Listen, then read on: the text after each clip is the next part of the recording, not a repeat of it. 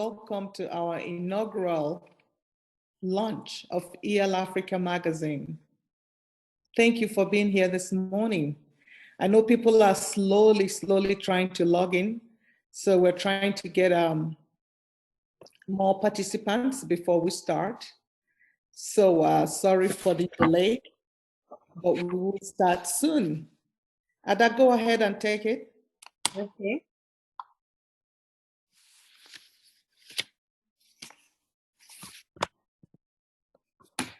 Hello, everyone, once again, and welcome to this virtual launch of Education Leadership Africa magazine, the EL Africa. We are so glad you're here with us. My name is Ada Omile, the CEO and co-founder of the magazine. I do not have to tell you that the world has changed so dramatically in the last several months, and 2020 has seen the world turned upside down. The pandemic has affected African education greatly. So today we have convened our distinguished guests, experts, and school leaders to have this critical, important conversation about where we stand and how to bounce forward with a growth mindset to ensure that all school leaders in the sub-Saharan Africa have the tools and resources to thrive in these uniquely challenging times. I will use this analogy to equate the situation most of the African schools were in. Let's say that you were in the forest cutting a tree with an axe, and suddenly your axe disappeared, and you do not know what to do next.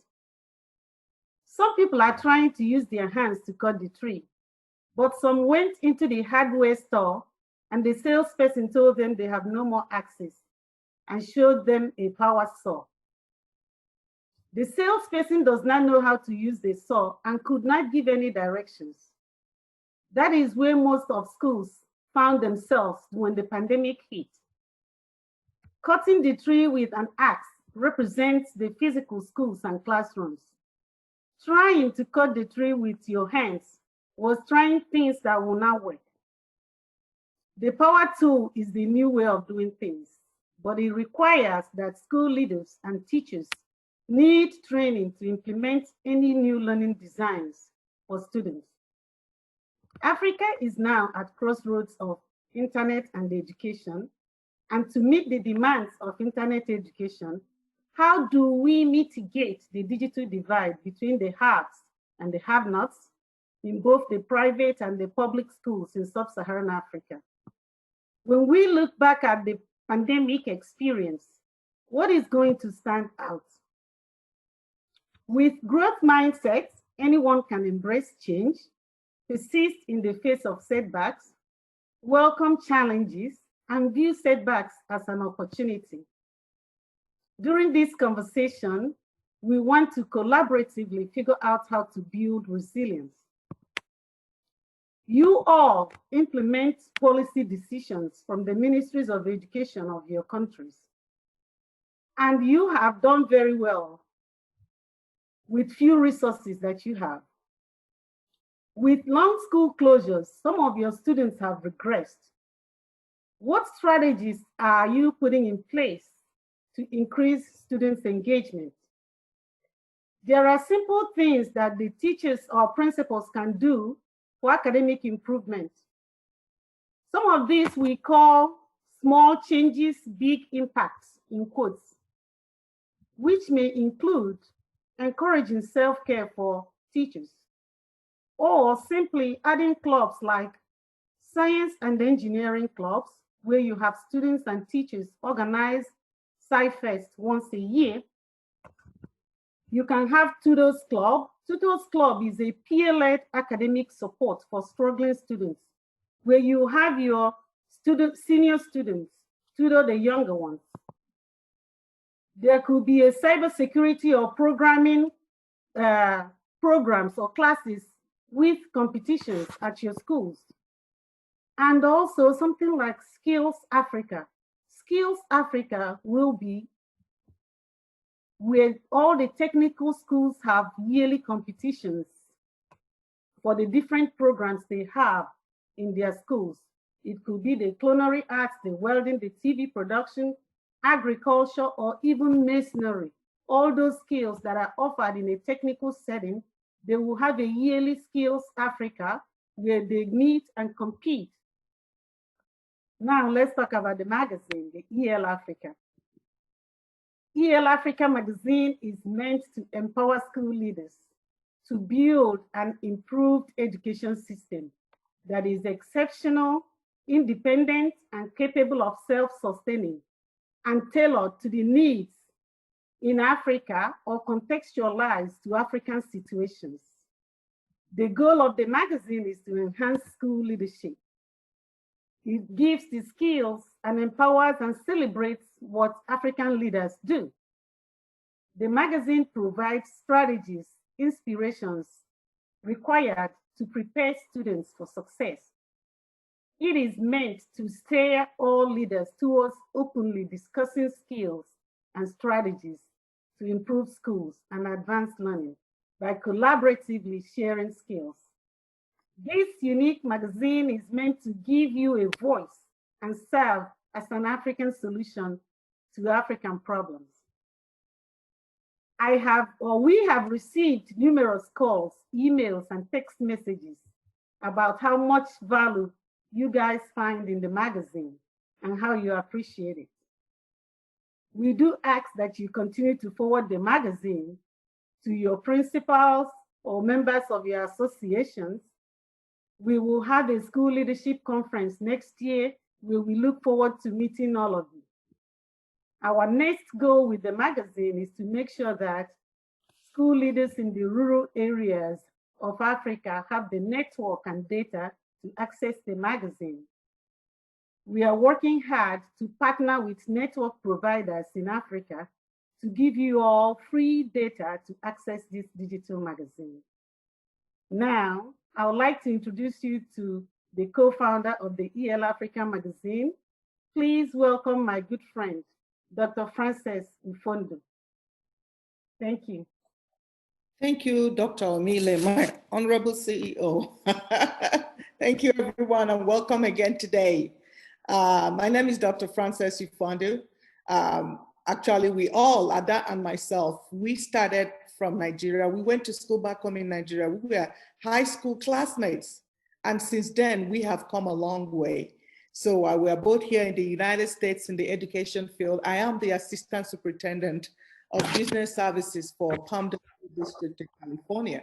I started from the educational side and I worked my way up to the business section. So here we are today trying to think, how do we help? How do we apply what we've learned so far in our lives and take it back home to our leaders in sub-Saharan Africans?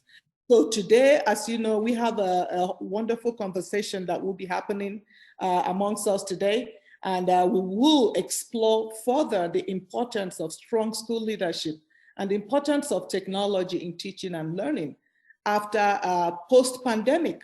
Because before the pandemic, we have technology, but we just use it just for fun. But now we know it's a requirement. So how are we doing in our schools? Here in the United States, I can tell you from my own experience day by day, you guys are very courageous to bring kids back to school. In my district, we're still talking about when are we going to bring the kids back to school? They are not back yet. They are still learning from home. So it's still, I am encouraged by what you do every day. So thank you for all your hard work. Before we start today with our guest speakers, I would like to introduce our advisory board members, and some of them are here today. So if I call your name, please just wave so they will all see you. I would like to start with our board chairperson, who is Mr. Ricky Buffington. Ricky is a program analyst with MAG Aerospace and a retired Marine veteran for the past 30 years, serving all the military community. We also have Dr. Steve Dyke, who is adjunct professor emeritus and a board member for Nigerian National Petroleum Corporation. Third, I have Dr. Eugene Otonye, who is here today. He is a high school administrator in California and has been in education for over 20 years, and he's one of my colleagues too. We also have Dr. Francis Onukuli. Francis Onukuli is an educator and a seasoned mathematician and scientist. We have Mr. Frank Okeke, who is an attorney in Nigeria with a degree in law and physics and a master's degree in educational administration. We also have Dr. Wilhelmina Hall McKinney. Wilhelmina is an international educator for over 35 years. She trained, mentored students and teachers, principals, superintendents, and our parents at all educational levels. We have Angela Aboli Esebede, who is a campus president at Stratford University, Alexandria campus. And finally, we have Mr. James Lambert Onyet. He is the principal of Nebi Town Secondary School, West Nile in Uganda, and a passionate educator and one of our panelists today. So thank you, board members, for all your support. So with that said, we will be jumping into our guest speakers today. And I will be briefly doing a brief introduction of all our guest speakers who will be speaking on our topic today. First, we have Dr. Chukwu Dozie Ezibalike. So you can wave if I call your name, Dozie. I can see you right there. Dozie is a former chief of the Data Technology Section at the United Nations Economic Commission for Africa, ECA, and the one constant component of his various professional role is data. So he's going to talk to us about data today. Thank you, Dr. Ezibalike. And also we have Ms. Eda Bond.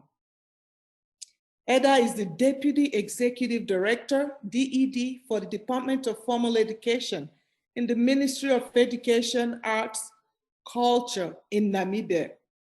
Welcome, Ms. Bonds. Next is Professor Kate Azuka Omenoga, our Honorable Commissioner for Basic Education in Anambra State, Nigeria, Professor of Mass Communication with diverse degrees in English, Education, Gender, Cultural, and Media Studies. Welcome today, Professor. We also have Mr. David Decote, who wrote a very wonderful article in our first or second issue. So David is a principal of Camps Bay High School, Cape Town, South Africa, and the South African Principals Association National President, SAPER. Thank you for being here with us today, David. Next, we have David Onyat. He's a principal in Uganda and advisory board member for EL Africa magazine. Thank you, Mr. Onyat. We also have Derek Dennis. Derek Dennis is a principal of Vine School System of Christ in Monrovia, Liberia, and the Secretary General of the National Association of Liberia School Principal, Montserrado County Chapter. Welcome today. Also, we have Mr. Alfred Indimulikahi. Alfred is the current president of the African Confederation of Principals, national chairman of Kenya Secondary Schools Heads Association, KISHA. He's also a council member of the International Confederation of Principals. Thank you, Mr. Ndemulikali.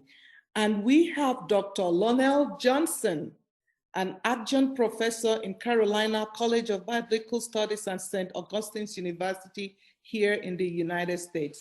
Thank you again for being here for us. And we have a last panelist that we joined, very passionate, Mr. Duncan Gowen. Mr. Gowen is a principal of Day Waterman College, founded nearly 2 decades ago, a private secondary school in Abeokuta, Nigeria. So welcome everybody for joining us today.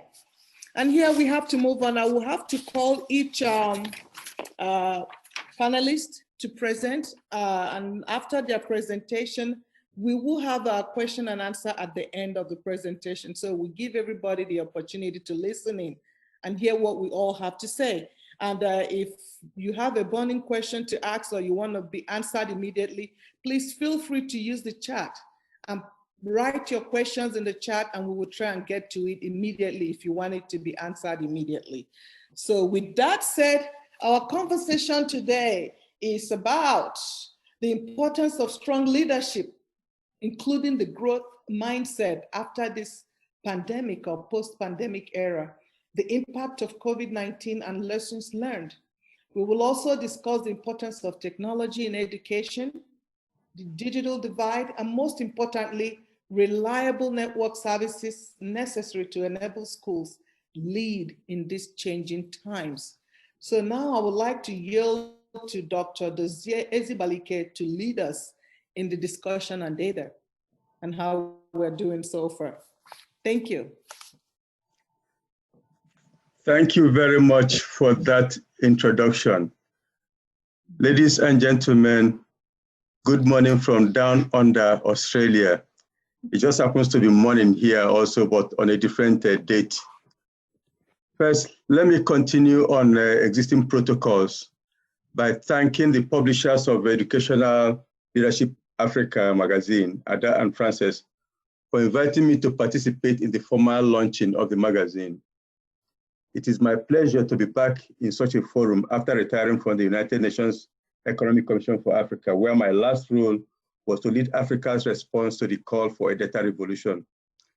Today, I will reprise my old role as an expert on data to talk about educational leadership and open data. When we talk about educational leadership, the people that immediately come to mind are school principals and head teachers.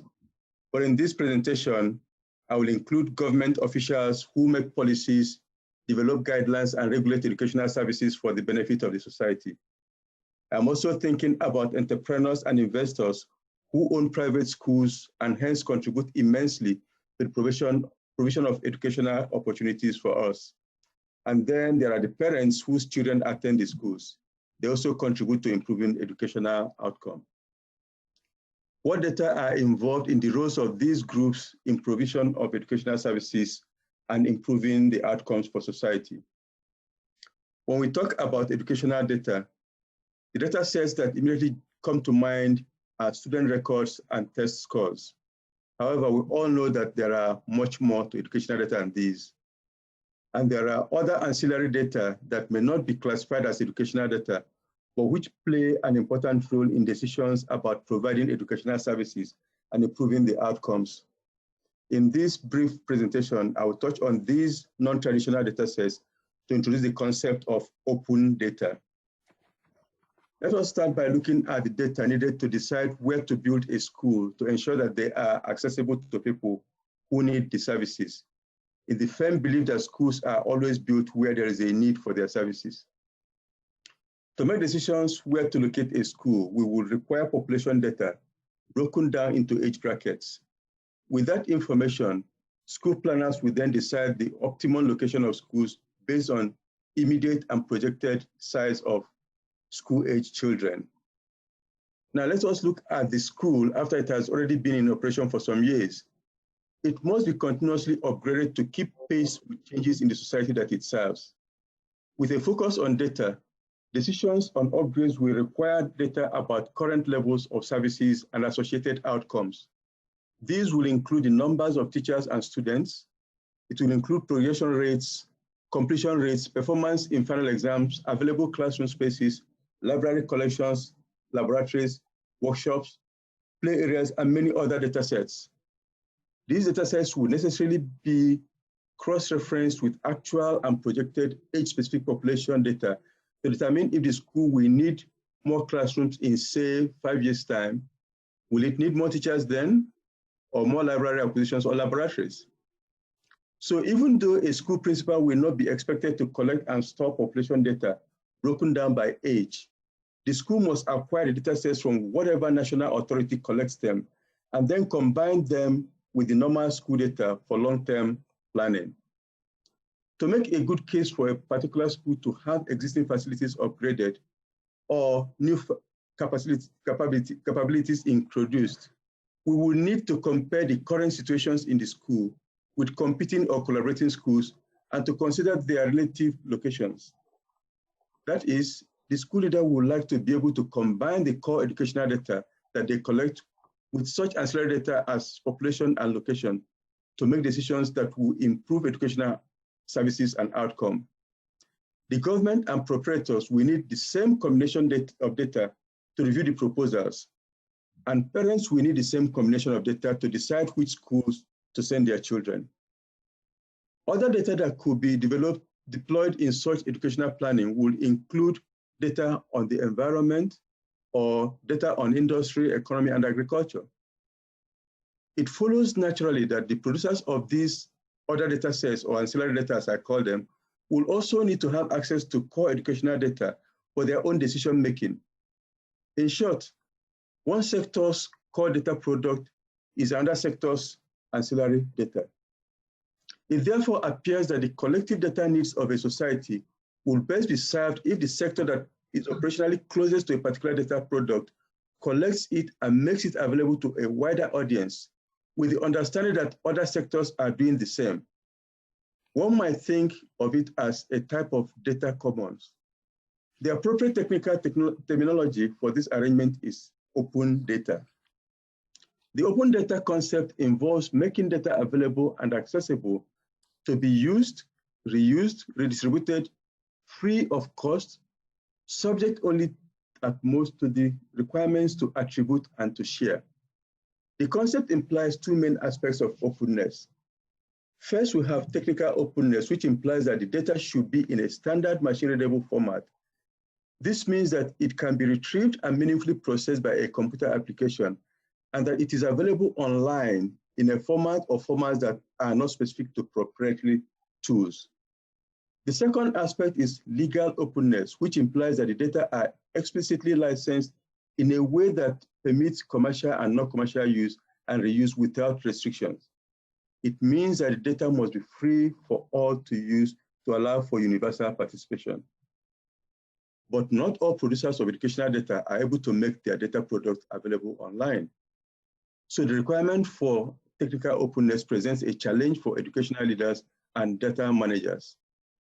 In recognition of this challenge for many data producers, together with other constraints, and this does not apply only to educational sector, by the way, open data systems have tended to be developed as community-wide systems by either the government or a consortium of government and private sector, with components being contributed by different sectors. And the educational component is considered to be important, or some will say indispensable part of the open data community. I have already mentioned government's regulatory functions. In that regulatory role, it is usually required that schools should collect and report data about several aspects of their activities.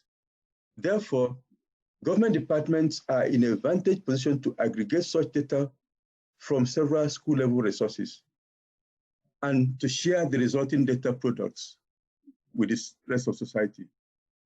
This makes them the appropriate channel for the educational sector to participate in open data systems for the benefit of not just the educational sector, but for the whole of society. Schools then become primary data collection nodes. Teachers already collect and use a lot of data in their normal activities.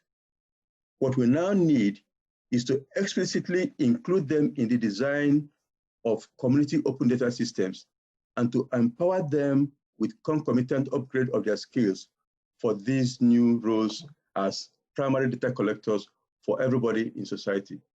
And I think that's what I want to present, that we now need to embrace open data and involve teachers as important nodes in the collection of the data for everybody.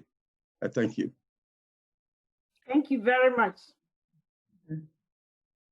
Thank you so much, Dr. Ezibalike. This is a very important topic in this time that we are experiencing now, open data system. Just imagine what will happen in your different schools if we have this data, the technical openness and the legal openness happening at our different school sites.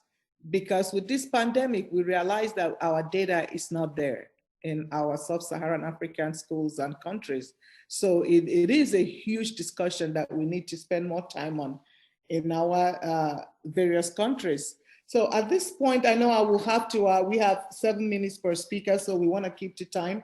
I would like to introduce our next guest speaker, Ms. Eda Bond, to lead us in her conversation. So welcome, Ms. Bond. Good day, esteemed guests and dear organizers. Today's virtual launch of the Education Leadership magazine is an exciting moment, and I feel honored to be part of this event. The new norm that we have been confronted with in the post-lockdown has shown us new technological possibilities.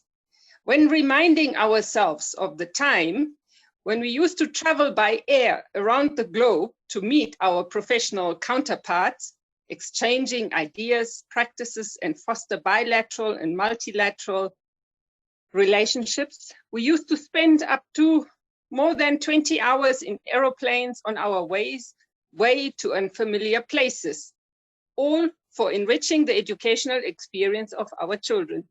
These periodic exchange visits were customary.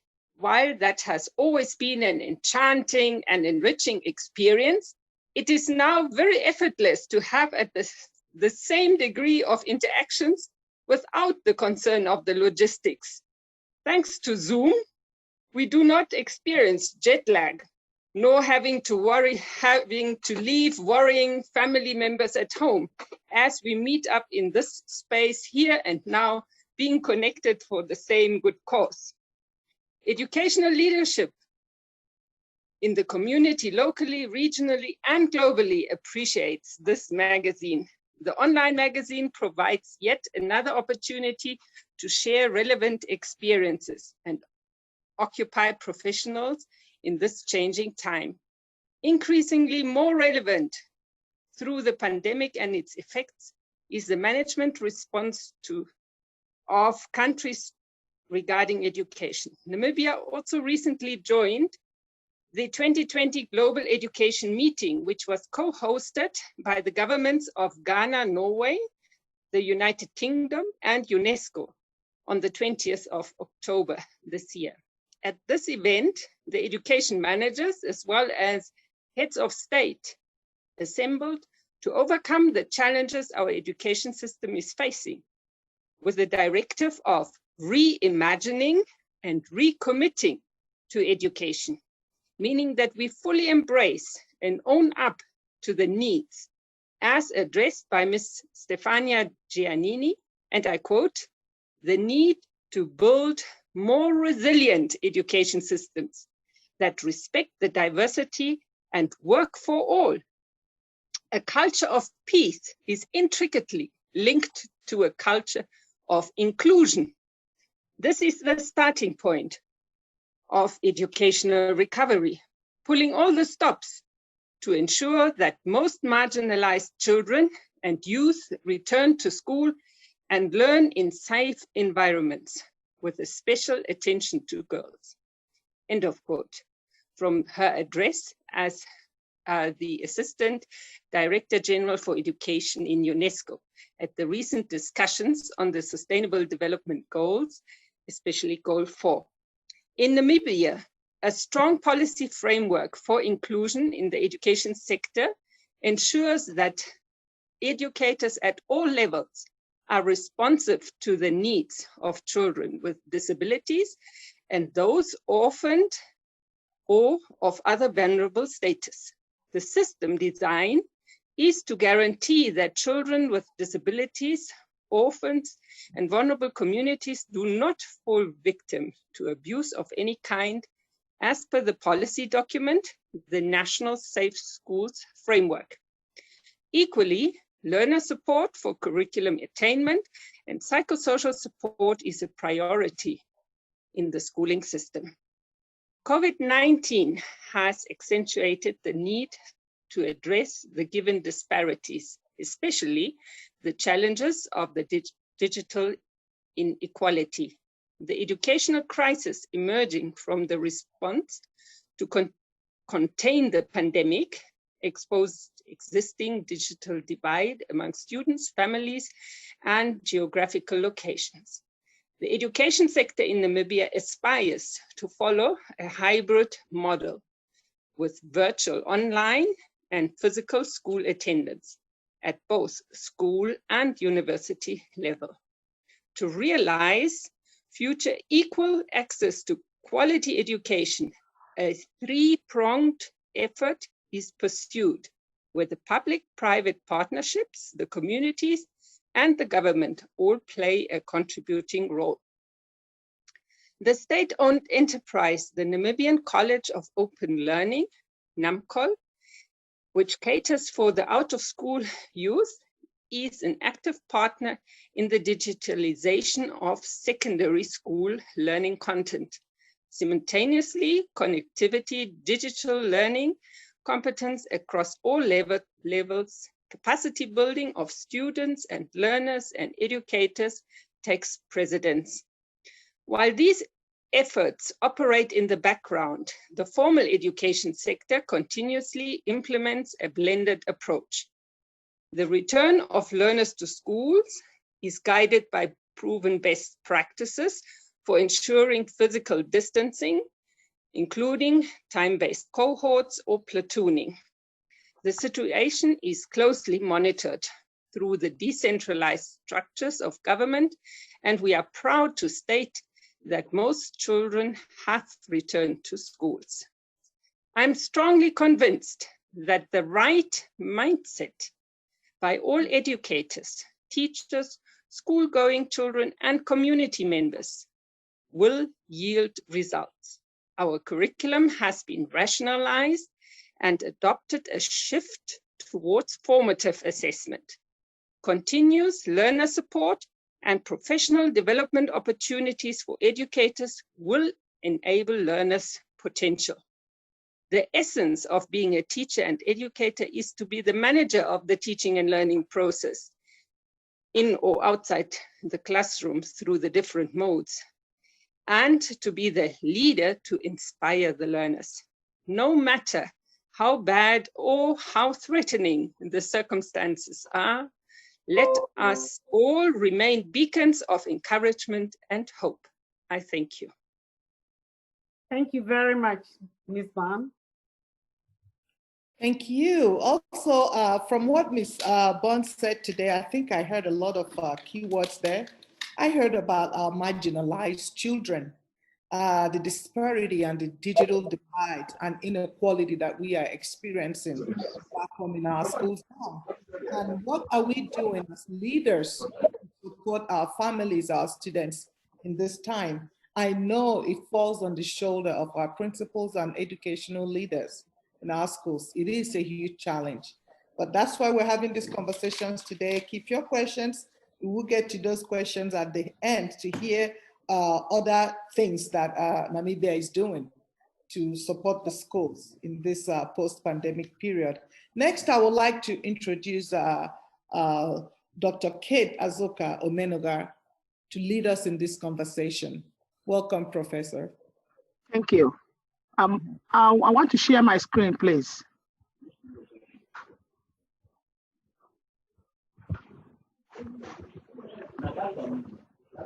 Can you give me access to share my screen, please? Yes, you can. Go ahead. I don't know why it's saying host disabled screen sharing. Okay, give us a minute to fix that. Don't know. Okay, can you try now?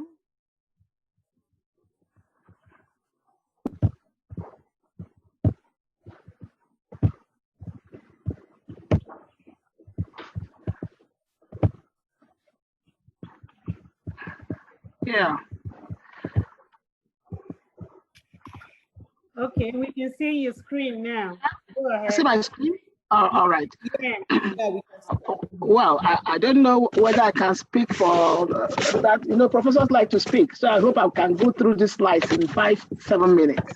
But what I basically want, to do is to, share my experiences as an Honorable Commissioner for Education and Basic Education in a state in Nigeria. So when I talk about engaging Nigerian teachers, I'm actually talking specifically about my state, Anambra State in the southeast of Nigeria. And I want to talk about how we try to engage teachers in technological growth and transformational leadership. I want to look at the issues about Nigerian teachers generally. Number one, let me say that a majority of Nigerian teachers starting from the very time they are trained, have a kind of low self-esteem, kind of. Why do I say that? Number one is that we have teaching that is hardly a willful career choice. Many people do not want to go into education courses, and they only go there as a last resort. So sometimes they lack confidence. People who score very low in the JAMB examination are usually people who end up going to education courses. So we talk about low self-esteem. We see it as a stopgap profession, lack of luster, analog teachers. That's why we call many of them, because hardly does the training, including very serious term, ICT and technological growth. And then you have the hostile environment. I'm going to show you some pictures. And then sometimes poor remuneration, and the teachers are owed salaries, backlog of salaries. My state, we don't owe them. But if you check internet, you see a lot of states in Nigeria that actually owe them a lost backlog of salaries. So it dampens their enthusiasm. Look at in 2001, the NUC's past NUC, that's the National University Commission Secretary, said in 2011, of more than 1.3 million applications for university admission, less than 5% applied for courses in education. Worse still, only few applications were received for the college for education. It's a sure sign that people hardly go in there. And they look at the hostile environment. Well, COVID-19 is general. We'll have one Ebola, one kind of thing after another. Look at the MSARS process. If you follow the trend, it made a lot of, it's created a lot of restiveness in the country and in my state. Incident strike actions, teachers, sometimes, especially the university, for example, they've been on strike for almost 9 months. Look at the difficult terrain I'm talking about. Some of this is where we're trying to do our examination, our basic education examination. And this is the flooded area. That's one of the things we had in my state. Some part of states were flooded. And these are the people going to take exam. This is the kind of hostile environment we talk about. And we are thinking of how do we change the narrative? How do we change the narrative?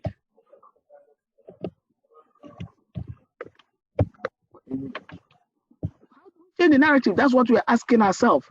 I just want to play a little video for you.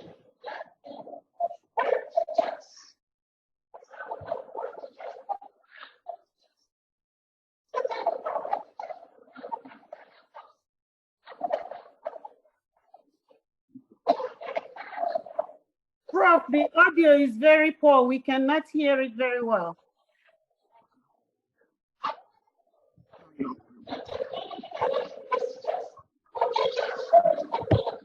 I don't think the audio is very clear, but it's very poor for us. Yeah, okay, but the point we are trying to make there, we have a dream where these teachers will be proud that they are teachers.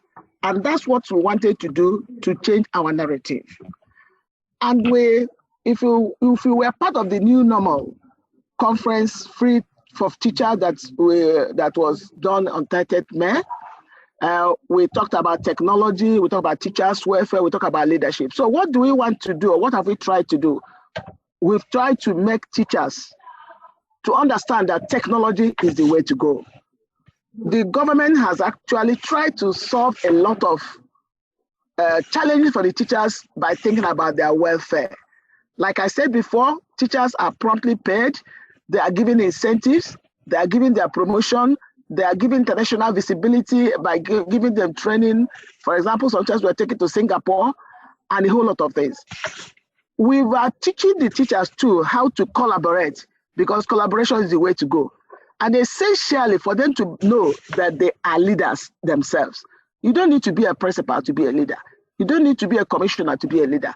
As a teacher, you are a leader. And that's one of the things we try to make the teachers to understand. And what have we done over the time?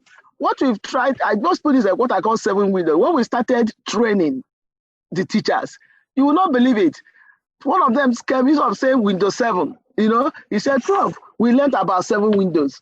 So to show you where they were at the very basic when we started and where they got now that we've gone that.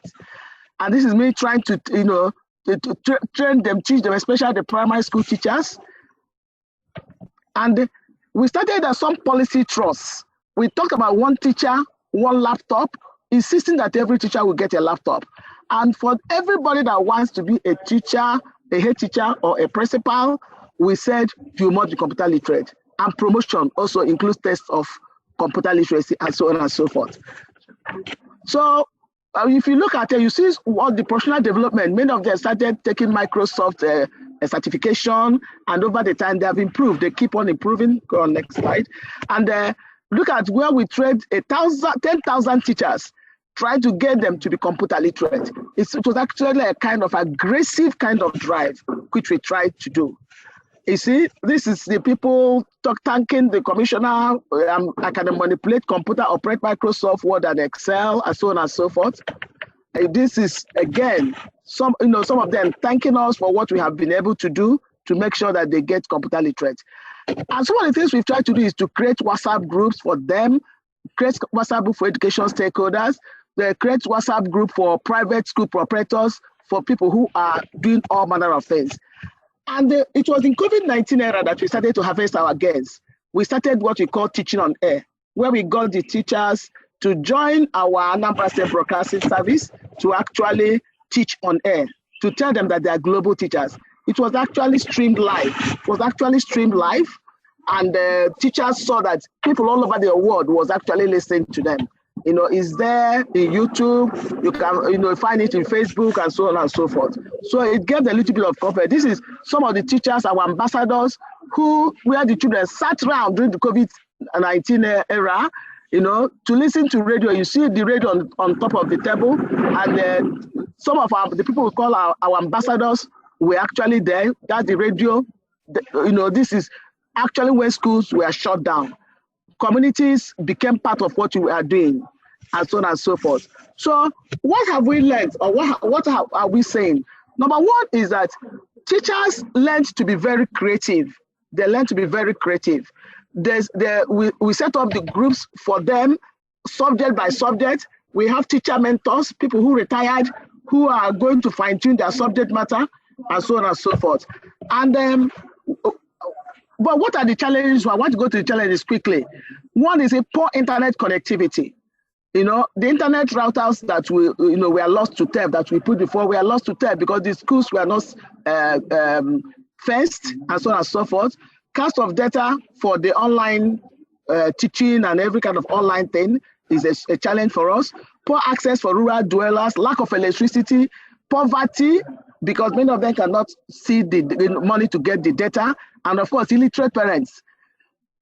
Teachers, anyway, despite all the challenges, continue to be creative. Many of them have started to try out new ideas. Many of them have started to strike out, feel more confident. Many of them have continued to collaborate to one another to continue to improve on what they are doing. Many of them started using WhatsApp to send their notes of lessons to students. Many of them use a lot of Microsoft stuff to be able to get their children. There are huge challenges, but the point we are making is that despite all these challenges, the Anambra State teachers and Nigerian teachers have continued to be more creative. They have continued to be more confident. They've continued to try out their hands on internet and ICT. The challenges are not as daunting as they were before, but I know and I believe that with help from the government and individuals who are trying to procure palm tops for the students so that the students can have palm tops, because we started a campaign, one student, one palm top, so that the teachers who have now laptops can now reach to students who have palm tops. So this is basically a scenario that I want we have there at the Anambra State.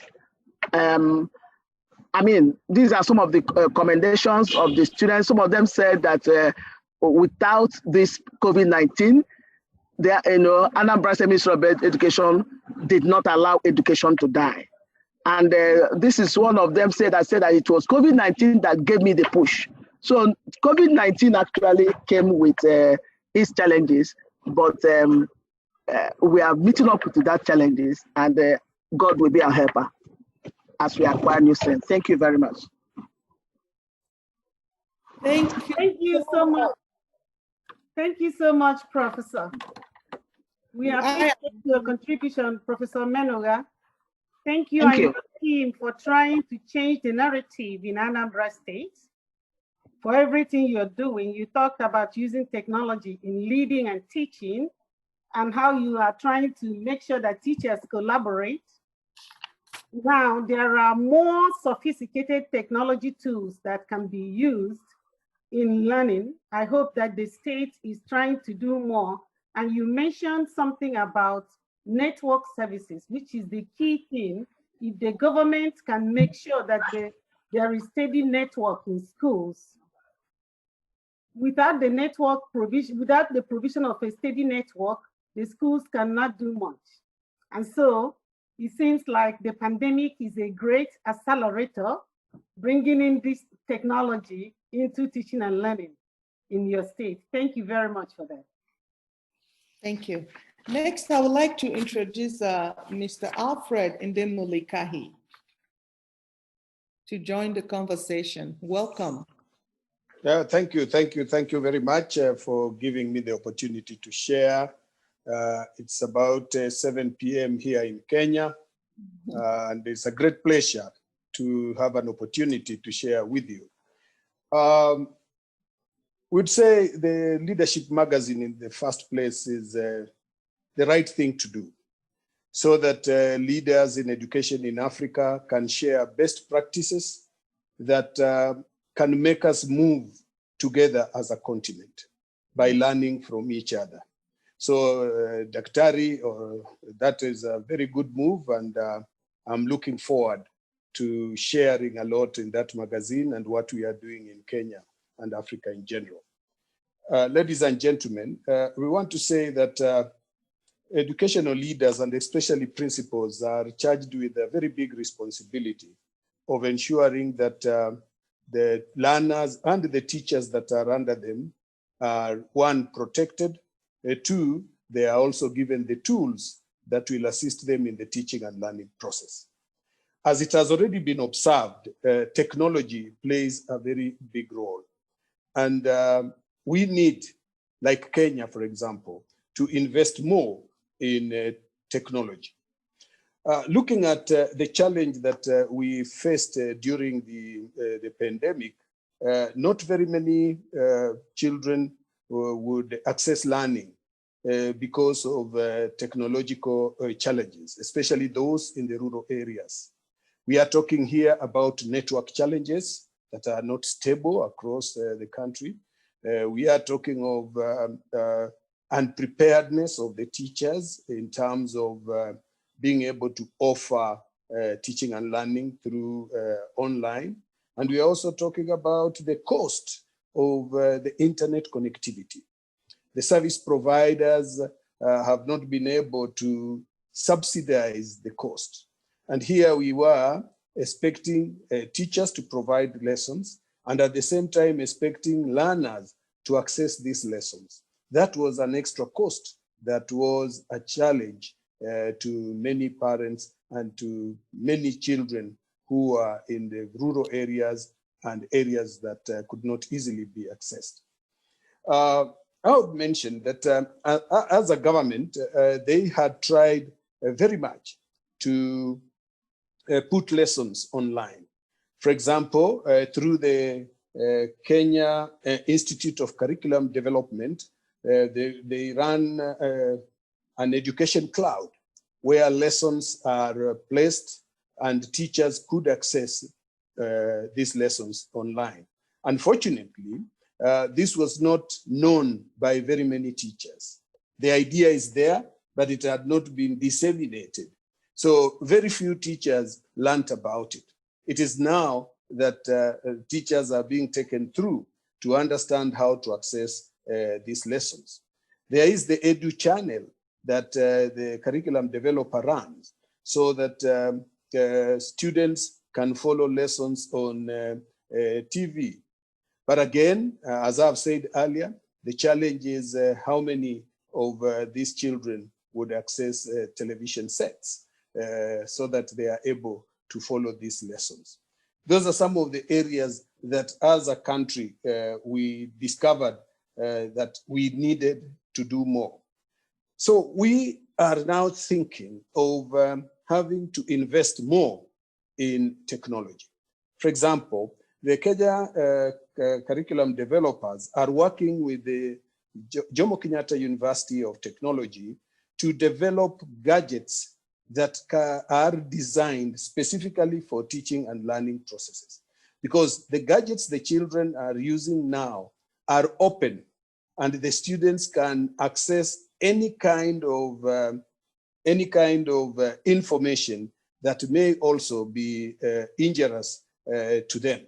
So the first thing is look at what kind of gadgets are students being given, so that the content is designed specifically for teaching and learning, and all other sites are blocked. The other challenge that we faced was the issue of transition. In Kenya, transition is basically based on the summative examinations at class 8 and at Form 4.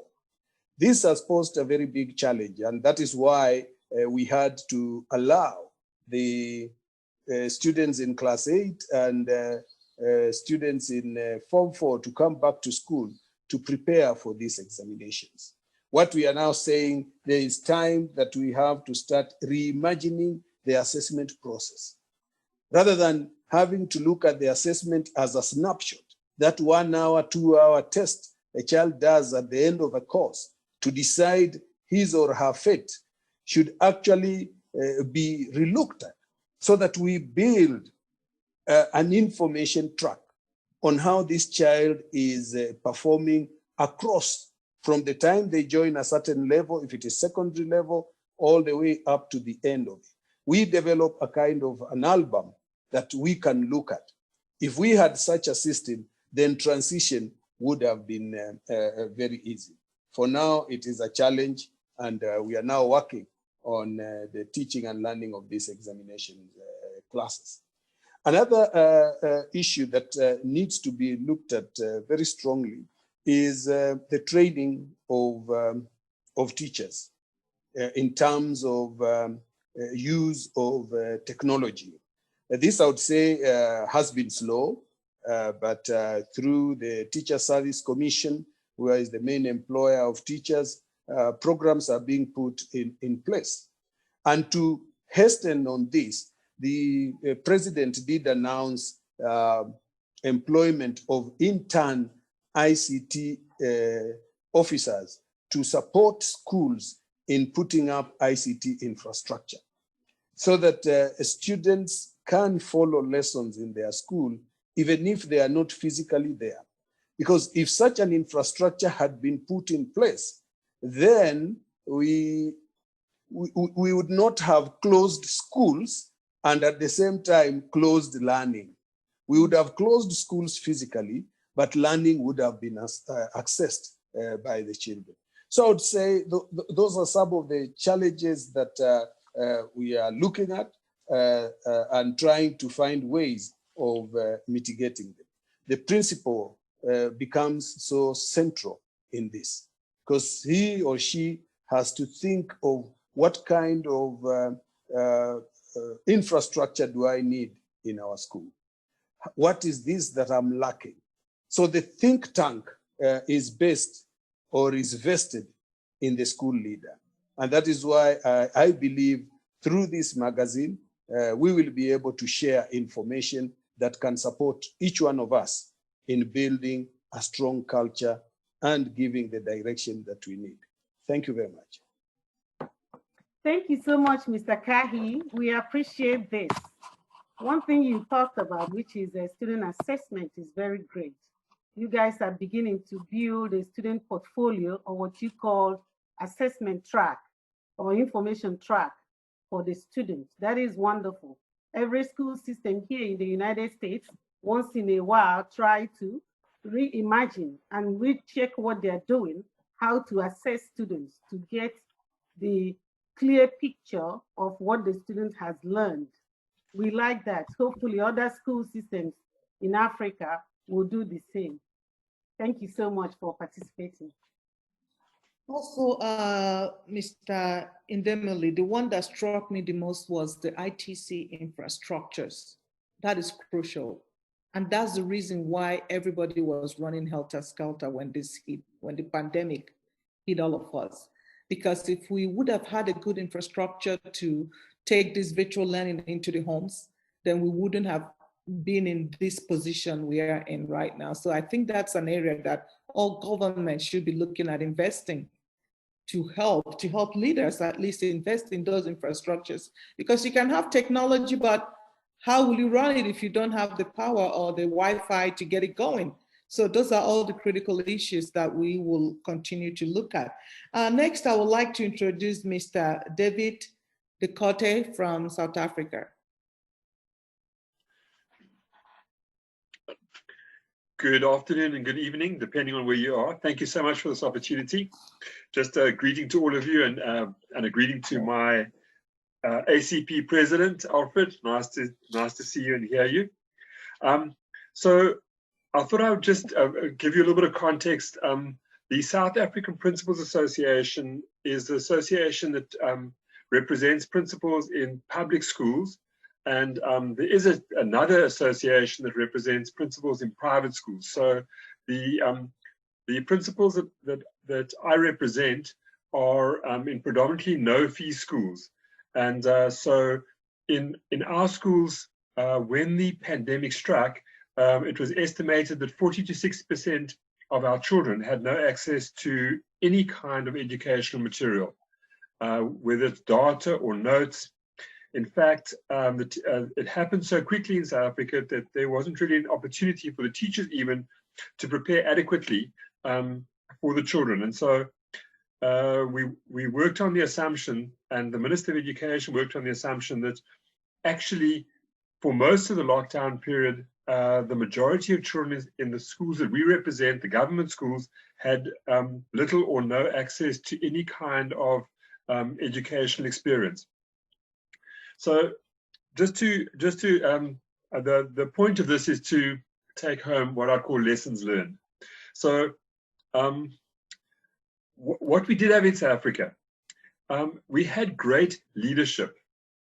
This was an opportunity, a crisis, an opportunity for leadership, and the Minister of Education and the Director General stepped into that space and made use of these kinds of online platforms to reach out to the organized teaching profession, the principals associations, parents through the governing body associations, and to have a constant ongoing dialogue about what was going on in the country and what they were thinking.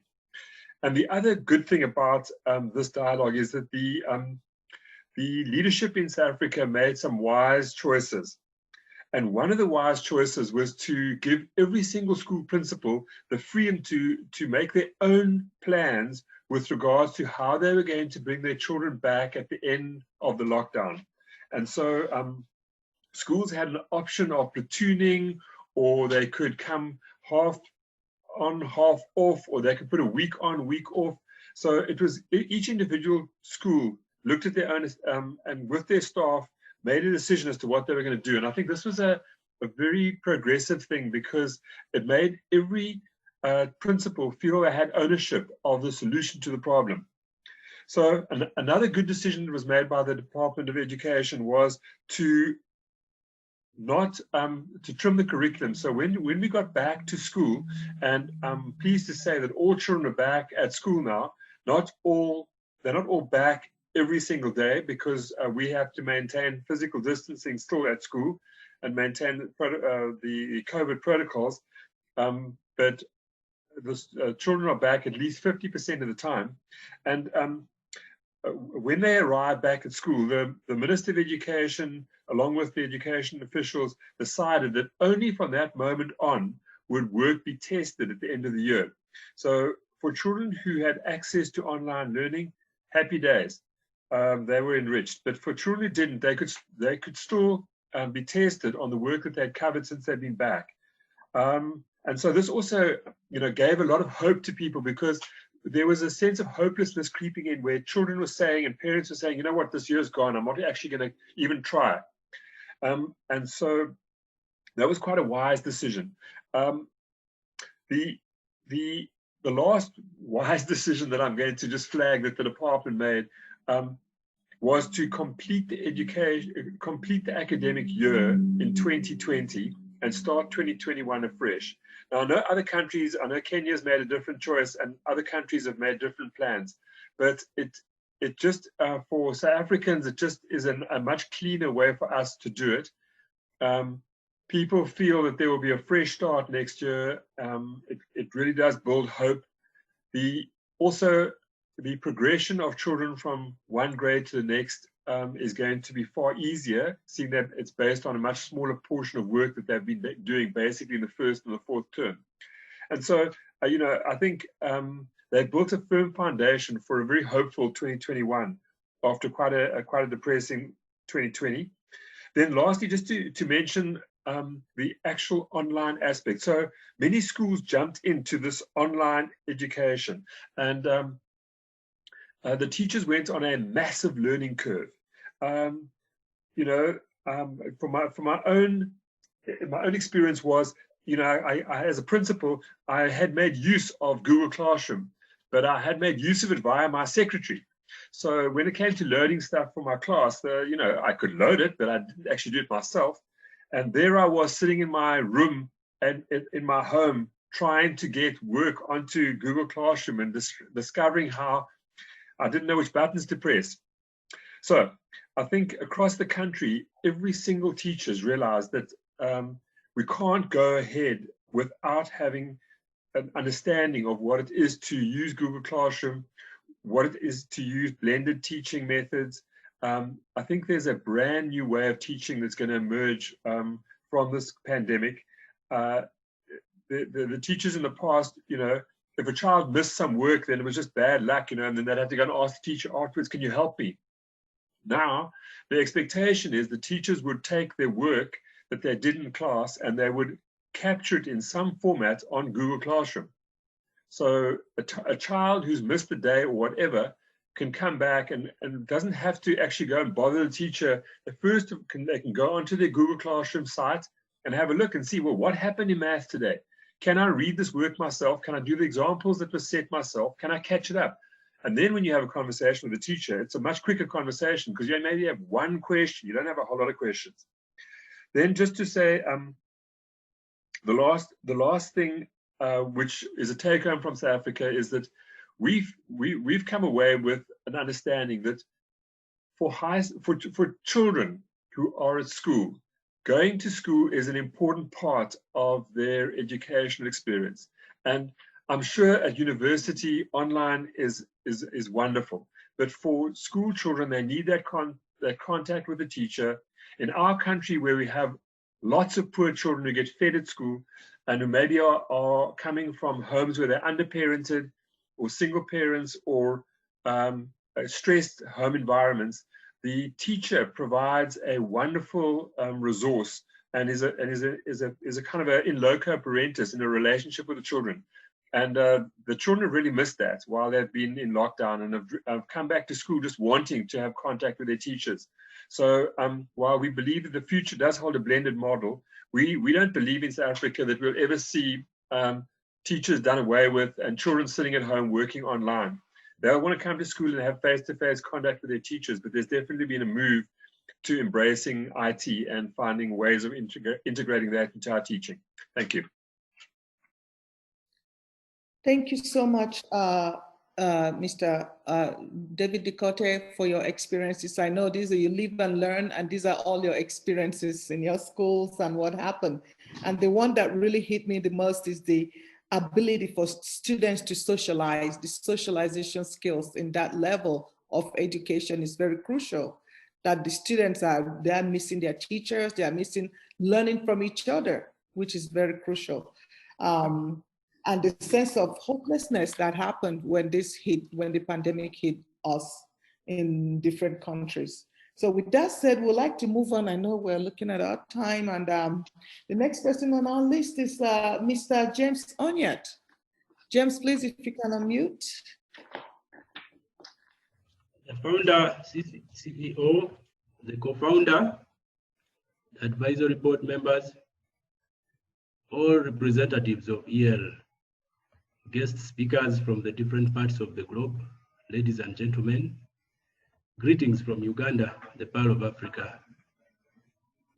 Allow me in a special way thank Dr. Ada and team for this international event.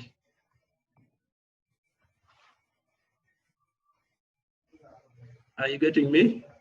Yes. Go ahead. Which has enabled us to link up for the necessary and strong leadership in our schools in these changing times. I'll request that you allow me to share the screen.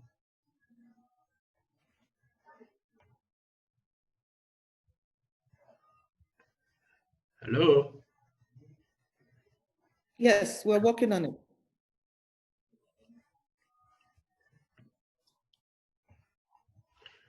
Yeah, in this, I will share basically my experiences much more as an education officer over time, and specifically within this period that we are faced with today.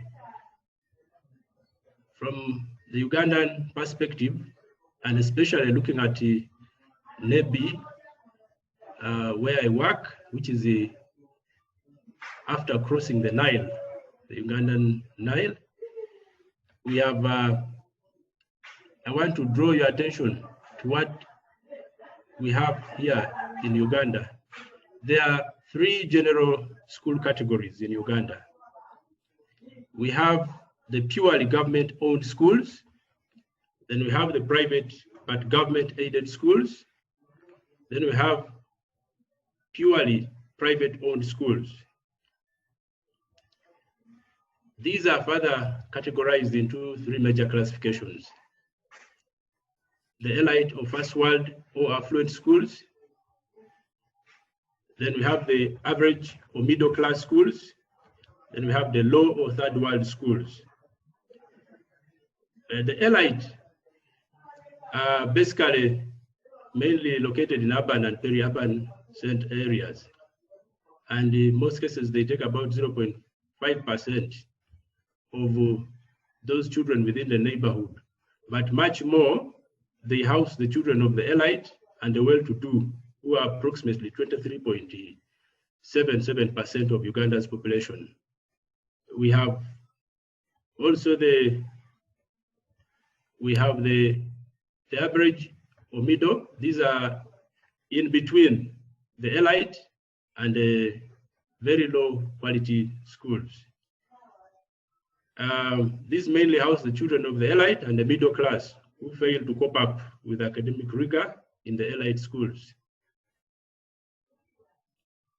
The low or third world schools are mainly day rural schools with no clear learning structures, and in most cases are operated with no official registration, but are known by the responsible officials.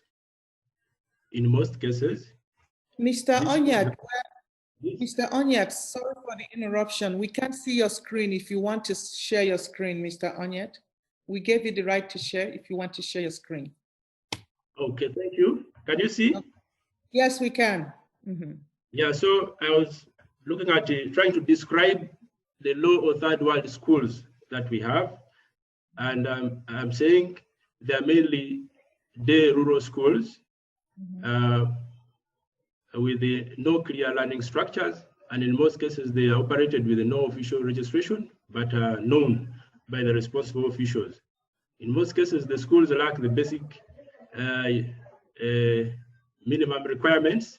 They don't have the board or school management committees, and these are the home to the children of the poor, who are 76.23% of Ugandan population.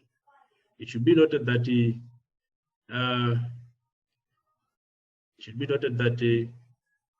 that Uganda's elite and the middle class have access to over 95% of all the quality schools in the country. So the success of these institutions is very much dependent on the strong leadership aspects and financial resources, among other factors.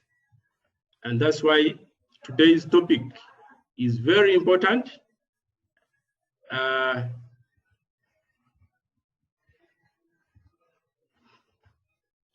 What is the bearing for this? In conclusion, we are saying here in this part of the country where we are, strong and good leadership has helped us to foster both positive and motivating culture for staff and a high quality experience for learners. We have been able to see this and to contribute to this by basically allowing to be held accountable for the smooth functioning of the activities, the routine activities. We also try as much as possible to recognize and realize that shaping a vision and mission of a holistic success for all the students is necessary. We create a climate hospitable to education. For example, you've heard from Nigeria and other parts, some other parts, maybe in other countries, almost there is this element, the hostile environment. Some time back, there was caning, government banned, but some people take it on. So a peaceful approach is paramount here, and this helps to safeguard and to attract. We try as much as possible to attract these young people in our institutions. The culture, the cultivating the leadership also in others and improving instruction. Also, one of the guest speakers talked about data and processes. We also take this into consideration, managing people, data, and the processes. We take it seriously here. And that's why when it comes to recently, we have resumed, we take responsibility. When the children come in, we record, including their temperature every day. We have those guns. So we record, when you came in, what was your temperature? When you're exiting, what was your temperature? And then there is communication.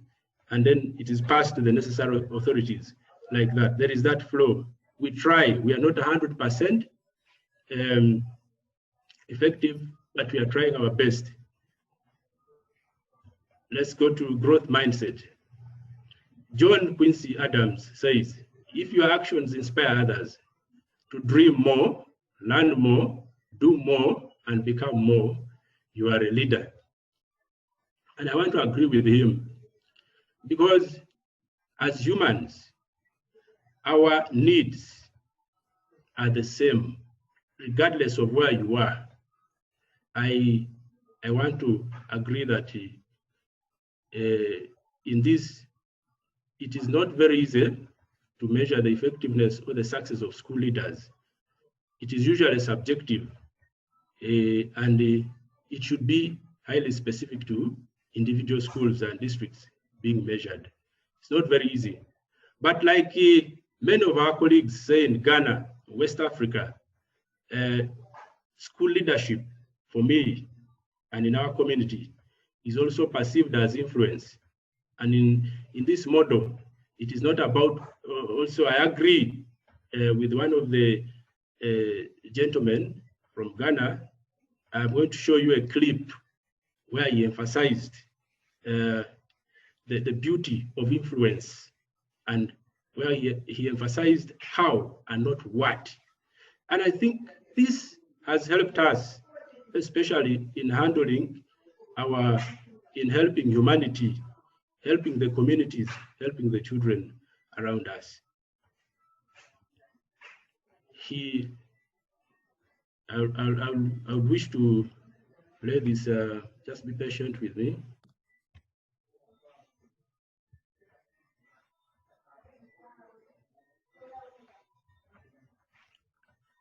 Just to show you that it is the same. Welcome back from the short break. But I think it's time for us to just do a very simple summary. All we've been talking about is on what? Leadership. And I said leadership is what? Influence. Simplicity. No less, no more. Leadership is influence. This is a fact, and everybody knows that. But sometimes we think it's about what. Today I am telling you it's not about what, it's about how. The what is the fact that we know leadership is influence. Are you able to see? How do we influence people? We can hear it, but we're not seeing, but that's okay. Align to the vision of the organization. How do you align people? How do you get your followers to believe so much in you and follow you? Leadership is what? Influence. And let me tell you the how. Basically, what we're doing today is how to influence what? People. How to influence your followers. Ladies and gentlemen, if you want to influence people, the first value that you require as a leader is integrity. That is the I. Leadership is influence. The I stands for what? Integrity. Doing what is right, believing that nobody will even ever see. Doing what is right, irrespective of the forces against you. You got to do what is right. That is integrity. Walking the talk. Simple and short. Please learn how to nurture your followers. Empower the young ones who are with you. Because leadership is not a permanent position. One day you will be gone. But the people that you have empowered, when they take over the reins of the organization, you will sit at home and you begin to relax and watch how things are unfolding because they are demonstrating that they have been empowered enough. But if you get upset for 1 week, 2 weeks, 1 month, and everybody is crying, the organization is not moving forward, the country is not moving forward because you are not around, it means that you are a very good example of a bad leader. 3, please have faith in your followers. If you don't believe in me, I don't see why I should believe in you. Right? It's reciprocal. Have faith in me and I'll have faith in you. Please listen to your followers. You should have a listening ear. People want to be listened to. They don't want to be just heard, merely heard. No. Please listen to your followers. Have an understanding heart. Some leaders have a heart of stone. If you have a heart of stone and you are a leader, don't think anybody will ever want to die for you. Nobody will want to die for you. We are committed to dying for leaders who have an understanding heart. Be emotionally intelligent. What are we saying? Be sensitive to your environment. Be sensitive to the needs of the people who are following you. Can you wear their shoes? Can you feel the way they are feeling? If you are, then you'll be able to talk to them where it is right. And you'll be able to deal with their situations and probably help them through troubles when it is time. I love this. A leader is the one who is able to navigate his followers through trouble. When I find myself in trouble and you are my leader, and you are able to help me out of that trouble very professionally, I will salute you forever. I will be so loyal to you forever. If you call me at 1 a.m., I will be running. My phone will never be off because I know that I owe you something, that you are deserving my respect, and I have to die for you. Communication skills. If you're a leader, you can't communicate. You don't have the skills to communicate to your people. I don't see how they can follow you. We're almost running out of time. Okay. Basically, you'll agree with me that after this pandemic, most of our communities, most of the people have lost their jobs. The economy is not doing very well. So when we talk of listening to the parents, listening financially, we have had to listen case by case so as to help these people come back. We have had to trust our stakeholders, especially the parents, because sometimes there is a financial implication and many other experiences. But because of time, we'll not go into details. Ladies and gentlemen, with the introduction of this EL magazine, and it is Mighty Influence, you can now see that Dr. Ada, Francis and team have excelled in bridging the gaps in our growth mindsets from our respective countries, because this magazine has experiences from different parts of the globe, and this has helped us, especially for us in our community. In Uganda, the government has done a very big role to try to control the COVID, And maybe I'll forward this to you. The statistics are there. You can see that we have registered very few deaths because of the kind of leadership the president in our country gave, very strong leadership. But I would like to say that there are some challenges, especially ranging from health concerns, social distancing issues, sanitation, remediation, and making up for especially the delays in essential learning, especially for the finalists who have just resumed school. Like our counterparts in Kenya, we had to, because we are worried about the next year. I must say that government has done a very big role, especially through there is what we call the Uganda's continuity of learning framework, where remedial lessons targeting the topics that the finalists had not done were aired. They engaged National Curriculum Development Center to distribute packages. Some were being sold through the newspapers at 1,000 shillings, 2,000, radio, television programs for the candidate classes. And some places there is what we call their loudspeakers in villages, and they're also used. Use of internet, WhatsApp, we have also tried some cases Zoom, but because of the connection, the internet, we have had challenges there. Then parental assistance and guidance has really this time, because all parents at home were at home, and we have had to engage them. Thank you so much. Okay, we're rounding up. Thank you so much, Mr. Lambert. I know we are running, we don't want to keep people here more than we're supposed to be here, but if you're willing to continue, we have 3 more speakers who are waiting to get their turn and to address the participants. Okay. Thank you very much for listening. Thank you. Thank you so much. And if you can share your slides with us, then we'll try and share it out with all the participants here today.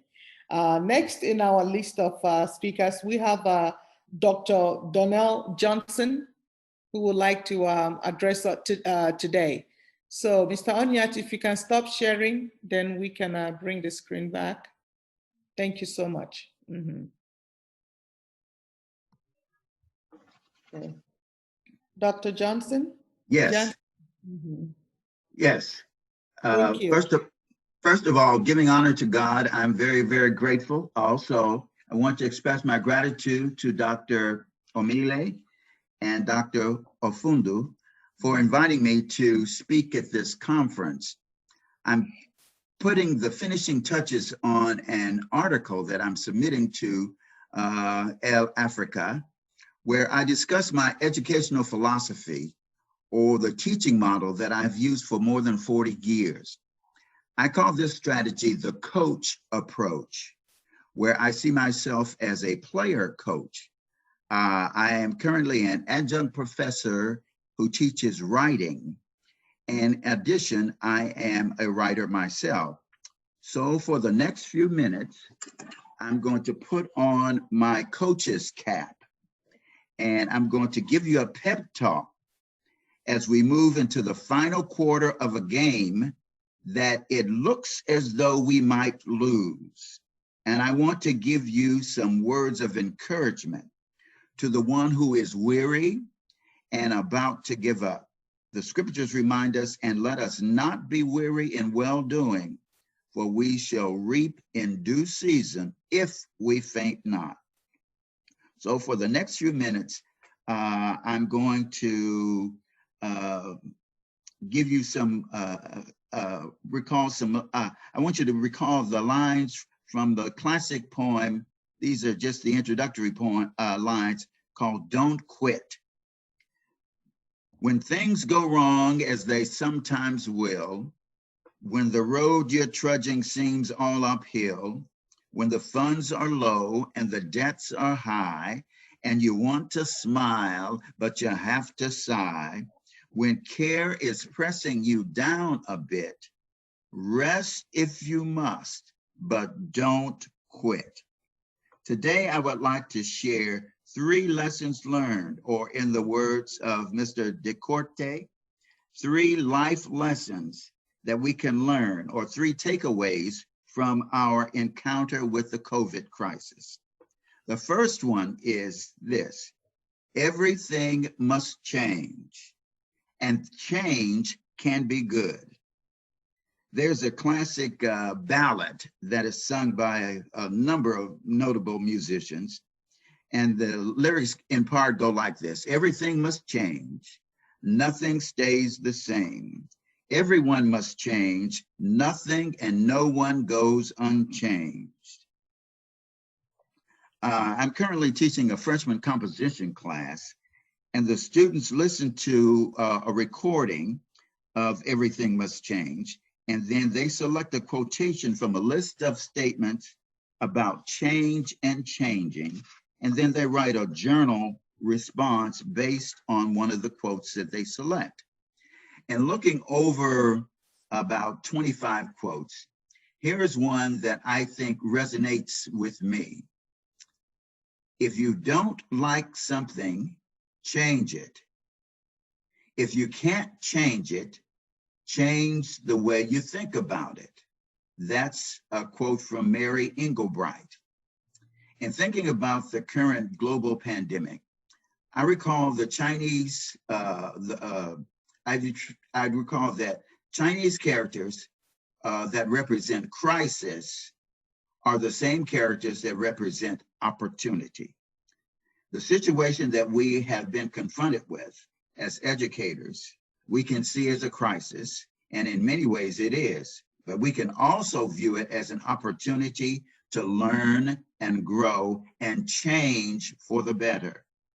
So the first principle that I've learned, the first life lesson that I'm sharing, is that everything must change, and change can be good. Secondly, in situations where your salary may have been drastically reduced, or you may be unemployed with no salary or somewhere in that whole range, I offer this exhortation, especially to educators: get paid every day. Every day should be a payday. When I was a junior in high school, way back in the day, my high school English teacher required her class to learn 2 poems by heart. One was The Road Not Taken by Robert Frost, and the other was Barter, an exquisitely crafted poem by Sarah Teasdale, both of whom are 20th century American poets. I memorized those 2 poems, and I still know them by heart. Little did I know that I would be teaching composition and literature and using both poems in one of my classes 40 years after I learned it. So I want to share with you this poem, Barter, to illustrate what I mean by get paid every day. Here is a definition of the term barter: to exchange goods or services for other goods or services without using money. Barter by Sarah Teasdale. Life has loveliness to sell, all beautiful and splendid things, blue waves whitened on a cliff, climbing fire that sways and sings, and children's faces looking up, holding wonder like a cup. Life has loveliness to sell, music like a curve of gold, scent of pine trees in the rain, eyes that love you, arms that hold, and for your spirit still delight, holy thoughts that star the night. Spend all you have for loveliness, buy it and never count the cost. For one white shining hour of peace, count many years strife well lost. And for a breath of ecstasy, give all you have been or could be. So the second takeaway from the pandemic is this exhortation: get paid every day. The final lesson that I have learned is embodied in the quotation for all seasons. Remember this: this too shall pass. When we encounter challenging circumstances, obstacles that seem impossible to overcome, and without exception, we all will encounter such situations. But we must remember this. This too shall pass. It did not come to stay. It came to pass. So to recap the three life lessons from this current crisis, everything must change, and change can be good. Number two, get paid every day. And remember, this too shall pass. I want to close with an original poem that I wrote as a tribute to a teacher.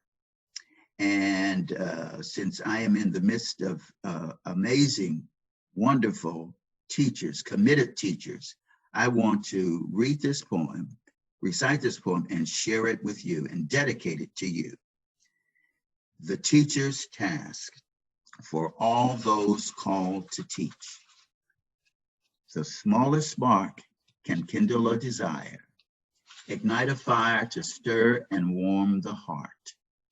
And through the years, the embers from that fire will glow with light inflamed from that same start. In the dark of night, should a doubt arise, a question of the road less traveled by, recall that same glow in a student's eyes shall dispel the chill of questioning why. You who labored in the classroom have learned that rapport with student, colleague, and friend offers recompense beyond wages earned. You who love the teacher's task we commend, may joy fill your heart and sustain you yet with memories of success and no regret. Thank you, and God bless you. Thank you so much, Dr. Johnson. This is so uplifting. We need that in the midst of all this pandemic. Now, please share your poem with us. We'd like to put that in our next issue. Oh, yes, it'll be in the article that I'm submitting. Thank you so much. And now I would like to introduce Mr. Derek Dennis from Liberia. Yeah, thank you. Thank you so much.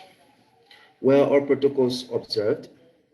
Good afternoon from Liberia. I'm Derek Dennis, Principal of Fine School System of Christ and Secretary General of the National Association of Liberia School Principals, Mosowalo County Chapter. Considering the many bitter challenges which culminated during the sour experience of COVID-19, the situation that led to the loss of our fellow citizens from Liberia, fellow Africans from the continent, and fellow humans across the globe. However, though we regret their homegoing, yet we remain grateful to the Almighty God that we are still alive today. Alive not just to eat and drink, but to continue the struggle of providing quality, accessible, and affordable education to all children. Healthcare, food, clothing, shelter, among others. May their souls rest in perfect peace. Elizabeth Brooks said, in a time when schools are being held accountable to the highest level of standards, strong leadership is critical for the school's success. It is demonstrated not solely by the principal, but rather it is established based on a shared vision with coaches and teachers, unquote.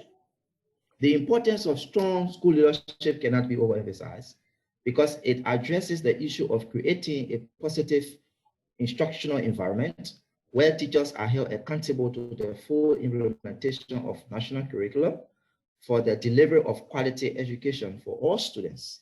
And it opens the door for high cooperation and coordination between administrators and teachers, between teachers and teachers, and between students and students, and finally between the school and parents or the outside community. In Genesis chapter 11, number 6, the Lord said, if as one people speaking the same language, they have begun to do this, then nothing they plan to do will be impossible for them. One language in this context means having one vision at the same time working with one mind. All this begins with a robust leadership.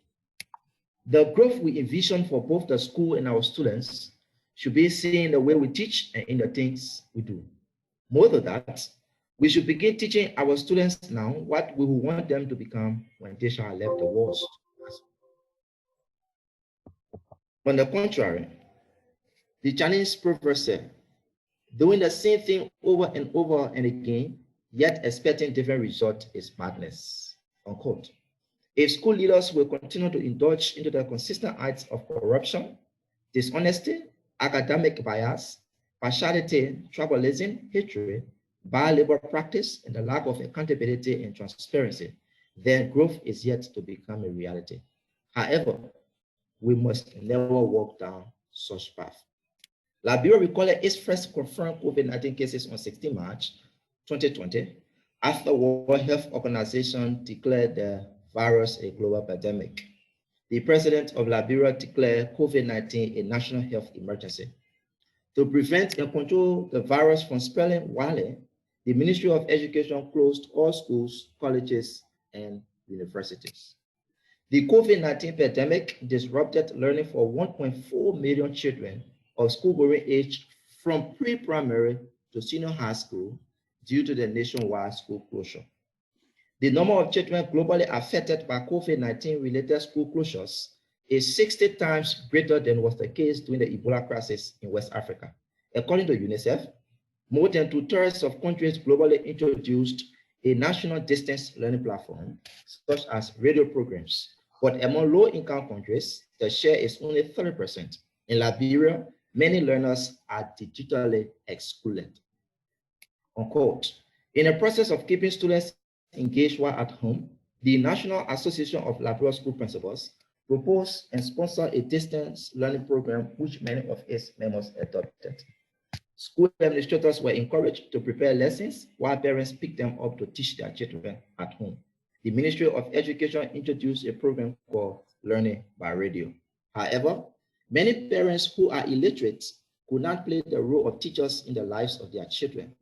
Also, the lack of radios, televisions, computers, internet, and data, including network and active waveband, left many students unable to engage in remote learning.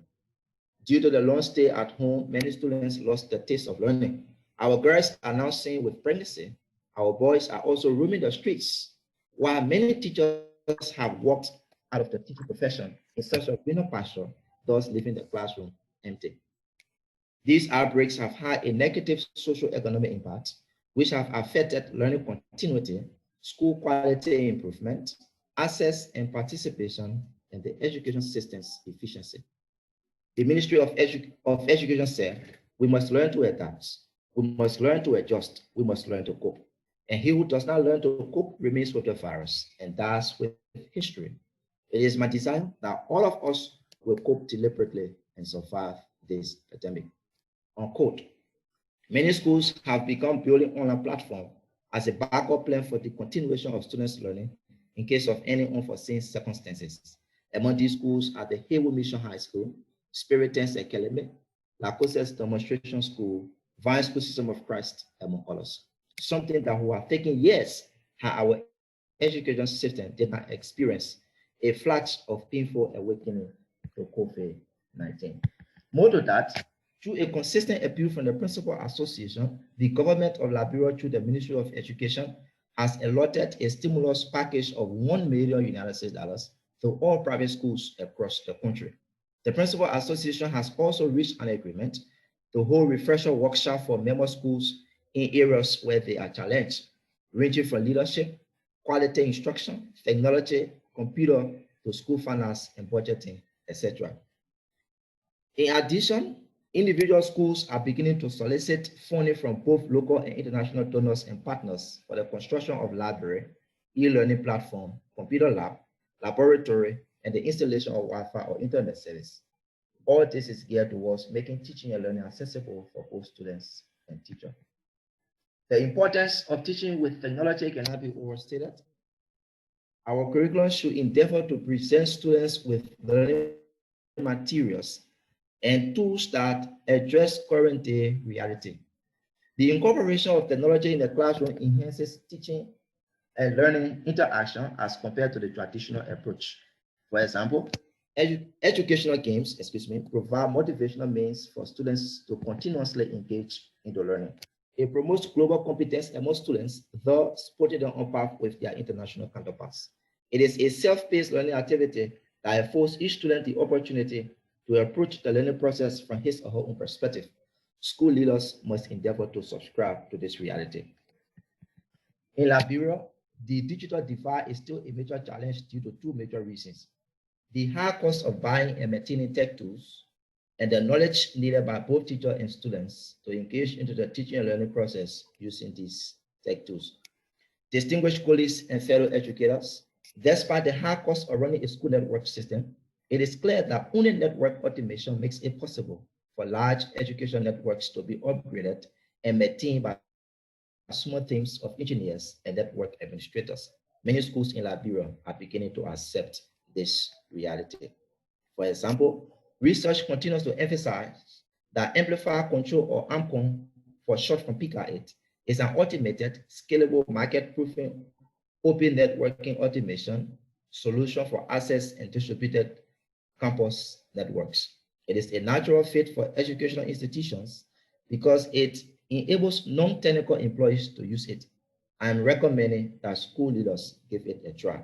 To conclude, school leadership must provide direction and guidance for the attainment of the institution's vision. Though COVID-19 has laid a knife to the strong and close interaction we share with our students, thus leaving them in a lonely world, a situation that will take time to heal. However, we remain hopeful that it will.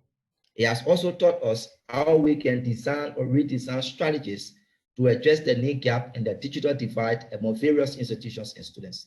The use of technology is no longer a choice, but a compulsory decision that must be made by all school leaders to meet the needs of all learners.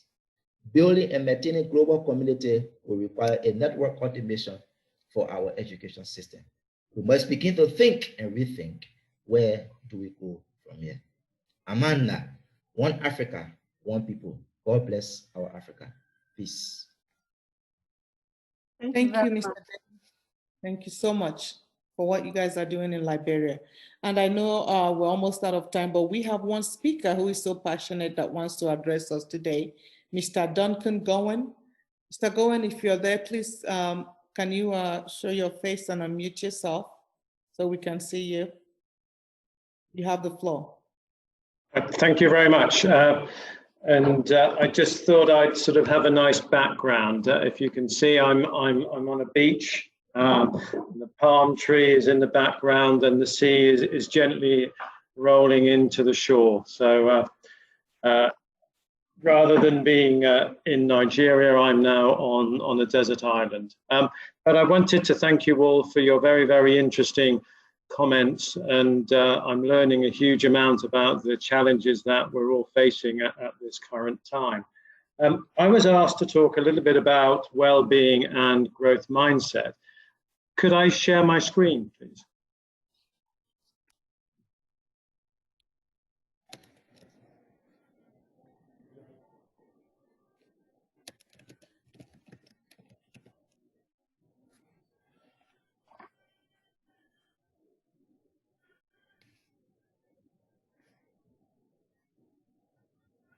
Has it come up?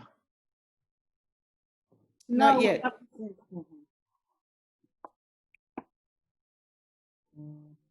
Yes, it's up. Okay, lovely. So what I thought that I would talk about is a couple of things. The first thing, just want to talk about the challenges that we're all facing at the moment and the impact that those challenges are having. And I want to talk a little bit about engagement and community, and then language of learning. So the first point that I wanted to talk about is the idea of a colleague one evening preparing lessons and thinking, why am I doing this? Technology doesn't work. Teachers aren't doing the assignments that I've set. This is very, very frustrating. Why am I doing this? And I know that one of the themes of this conference is about the idea of bouncing forward. And I think that this challenge presents us all with an opportunity to ask this very vital question: why are we doing what we are doing?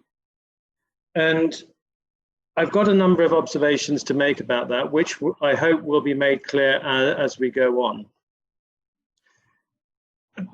Here you see what I think is a rather nice picture, actually, and it sort of sums up my idea that this represents, despite all the challenges that we've been hearing about, despite infrastructure not being where we want it to be, it does represent an opportunity to shine, an opportunity to develop our skill set, an opportunity to develop the education that we offer our students. And I know that we have all been engaged in facilitating training for colleagues so that they can become more skilled in whatever platform they are using, whether it be Google Classroom or Teams or Zoom. Everyone now has traveled quite a journey from where they were at the beginning of March to where they are now. And that is a real opportunity to celebrate, actually. And we should all be celebrating the journey that we have been on, despite the continuing challenges, despite the continuing concerns regarding COVID, and in Nigeria itself regarding security issues. It has been an opportunity to shine, and that success should be celebrated. Secondly, it presents an opportunity to think about how we engage with students, how we challenge students, and indeed how we engage with the whole community. At Day Waterman College, where I have the privilege of being principal, we've thought long and hard about where we want to be once we come out of this crisis. And we want to bounce forward, or to use another phrase, we want to build back better. And so we've joined an accreditation scheme that is going to lead to us becoming a high-performance learning institution. And what this is asking us to do is to re-examine ourselves, to re-examine what we're doing in the classroom and how we do it, to re-examine what we're doing in terms of the pastoral care that we offer to our students. And this, I think, is going to be a really interesting journey for us as we embark on it. High-performance learning is all about thinking about the skills as well as the content of the curriculum. What are the skills that we are seeking to develop in the students? What are the skills that we're seeking to further develop in ourselves? And high-performance learning, it talks about advanced cognitive performance skills. You've all heard of these. This is just another way of packaging them up. Creativity, imagination, curiosity. It also talks about values, attitudes, and attributes that we want all our students to have when they leave school. The ability to be agile, the ability to be global citizens, the ability to be resilient and persevering in the face of challenge. And my word, we've had some challenges over the past month, and will continue to have in the future. So this, I think, is a really, really important development. And over my years as an educator, I've often felt that there's been a huge emphasis on content and not enough emphasis on skills. If you look at the World Economic Forum's list of key skills that people should have when they leave school, it's not mentioning facts. It's mentioning the ability to be creative, to be imaginative, to be a logical thinker. It does talk about technology, the ability to program, the ability to use technology, but it doesn't talk so much about the importance of literature, learning Shakespeare, etc., etc. We all know that these are important, but I think that there needs to be a strong emphasis on the skills and the values and attitudes and attributes that are required for success. And in thinking about this high-performance learning journey, it's also encouraged me to think about the language of learning, how we engage with not only students, but also with other members of the community, such as parents, for instance. And in particular at this time where there is a huge amount of anxiety in all stakeholders. So I know that this is what all schools are doing, but at Day Waterman, we have regular well-being checks. We ask them to tell us about 3 good things that have happened during the day or during the week. And when we are communicating with parents as well, we are moving away from just giving a grade. We're giving them a lot of grade descriptors as well to help them help their sons and daughters to develop these skills and these values and attitudes and attributes that I've been speaking about. So we're really trying to develop a partnership.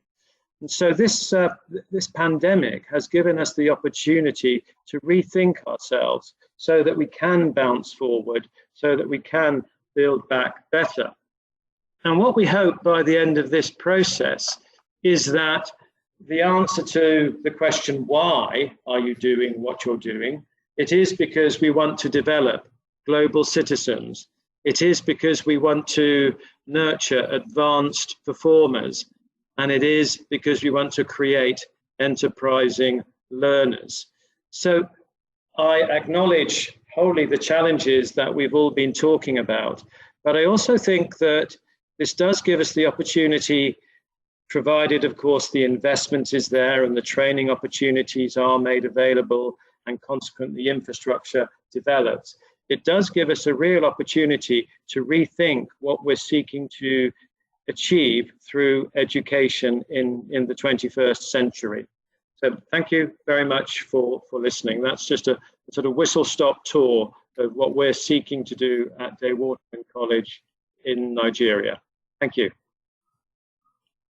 Thank you very much, Mr. Duncan. It's a wonderful speech, just like every other guest speakers. You guys have touched on all the areas and concerns we have regarding education in Africa. And what you just said about developing the whole child ties in with what Mr. Kahi said, how they are building a portfolio on the individual students.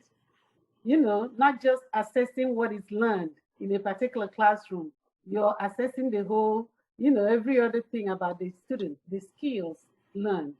Thank you all so much. Now we have one more person that wants to say something from Ghana, Reverend Bako. Reverend Bako, are you there? Reverend Bako? Okay. All right, my name is Reverend Bako from Ghana. Let me first commend Dr. Ada for such a wonderful initiative. This move is gradually bringing schools across the globe together, and it will help us to learn the various systems of education from other countries. Let me encourage Dr. Ada that the Ghana National Association of Private Schools, which I represent as the National Deputy PRO, is behind you. The magazine, which is being launched today, sought to find out the challenges facing administrators of private schools across the globe. Now, my question, are you going to give copies of this magazine to our political leaders? 2, in some countries, private schools receive full support from the government. But in a country like mine, all the burden lies on our parents. The speaker on the topic ICT and the virtual learning emphasized on laptops or ICT labs. Dr. Ada, how can you use your influence to solicit for support for my country, especially those in the rural areas, so they can also enjoy what their colleagues in the urban centers are enjoying? This is the question that I want to ask you. Thank you.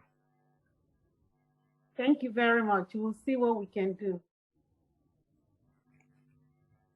With that said, I would like to give an opportunity to our board chairperson who is here. He's been here through all this, Mr. Ricky Buffington, if you would like to say a word or two to our participants today. Ricky, if you can unmute yourself. Yes, thank you. I'd just like to say I'm very grateful to be a part of the Elle Africa Magazine movement, and I would like to thank everyone who participated in it today, as we can all see that the message that is to go forward is a great one, and that we all should be proud, thankful, and blessed to be honored to be a part of it. And I just extend a wealth of thank you to Francis and Ada for having the vision to go forth with this endeavor, which is much needed. And I just continue pray for the movement and for everyone in their respected areas who's trying to do the right thing for not only the students, but the teachers, the educators, and everyone, because they are our future. And what we do now will make a difference in where we go in the future after this election here in our country on Tuesday. I mean, we just need to make this movement worldwide and global. And I'm just thankful for you guys for getting it started here. And what you're doing is much needed. And I thank you both. Thank you so much. Also, we have Dr. Otonye, who is also one of our advisory board member. They are the two people here today. I would like to give him an opportunity to say something to us. Dr. Otonye, you are on.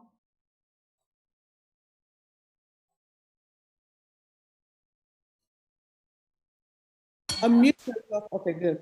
Yeah, good day, everybody. Thank you very much. It has been very, very eye-opening. I'm wonderfully impressed at the opportunity and the development and the insights each of the presenters have tried to share with us. The truth about it is, as an educator, even myself here in the United States, with the pandemic, we've come to the conclusion, just like we had the Industrial Revolution in the past, this is a revolution, a revolutionary moment that will change henceforth how education will move forward. When we talk about getting back to normal, things getting back to where it was, it can never be the same again. So we've moved digital, and it has to be that way. So our job now is to try to bridge that digital divide between those who have and those who have not, and making sure that we are creating an opportunity for our young people to become college and career ready. Not necessarily that everybody is going to go to college, but bridge that pathway that will give them the opportunity to excel in whatever field of endeavor that they choose. So I am glad to be part of this initial crop of leaders in education who all of us, like I see, we are striving to get to that point where we can actually compete at a global level. And I'm enthusiastic to collaborate with everybody all across the globe in any way I can to make sure that we're able to achieve this within our own lifetime. Thank you very much, everybody. Thank you so much. I would also like to address the question from Dr. Bako. Dr. Bako, thank you for your question. I know that EL Africa is a nonprofit organization, and we need support, donations, and advertisement in our magazines to keep us going and publishing the information that we have every day that we get to you. This is our way, our personal way. All the expenditures, everything that we have done to date is coming from the purse of our CEO and myself, and this is what we've been doing. It's a way to give back to our leaders in the sub-Saharan African.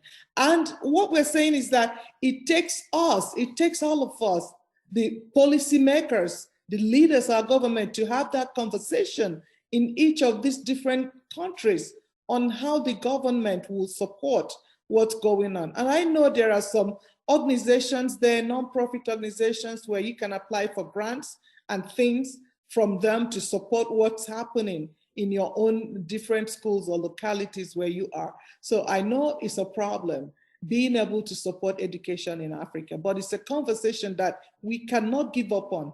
These are all the policymakers here, and we have to keep that conversation going and pushing it up to the government to see how that support can come, because the game in education has changed. It has totally changed. We have this disparity in technology that has to be addressed for learning to keep going in this pandemic. So we know where your issues are, Mr. Bako, and the problems, and we would like to help address it. And this is a forum where this can also come up. And I know we're not lost of creating another forum where we can discuss this type of issues again. And we would like to get your feedback after this webinar to let us know which direction to go next, or where you would like, what you would like to see again in this conversation. So right now, I would like to yield to Dr. Omile, our CEO, to end this conversation for us today. Thank you, everyone, for participating and being here with us. And to all our presenters, you were amazing and wonderful. Thank you again. Well, it's been a wonderful forum. Thank you all so much for attending this powerful forum. We hope to have more of these conversations. I had wanted us to have a question and answer at the end of this, but we're running out of time. Let's focus on what we do best, which is school leadership. The results will show in your effective schools, increased attendance, test scores, and external examinations from your different schools. We will send you a link to this recording after this, and it will also be downloaded to the YouTube so you can view it and share it. The next issue of the magazine will be out in December. We encourage you to willingly participate and share openly the great work that you do by sending in articles for the magazine. And as soon as we are able, we will start visiting your countries for professional developments. Thank you all so much for attending. We appreciate it.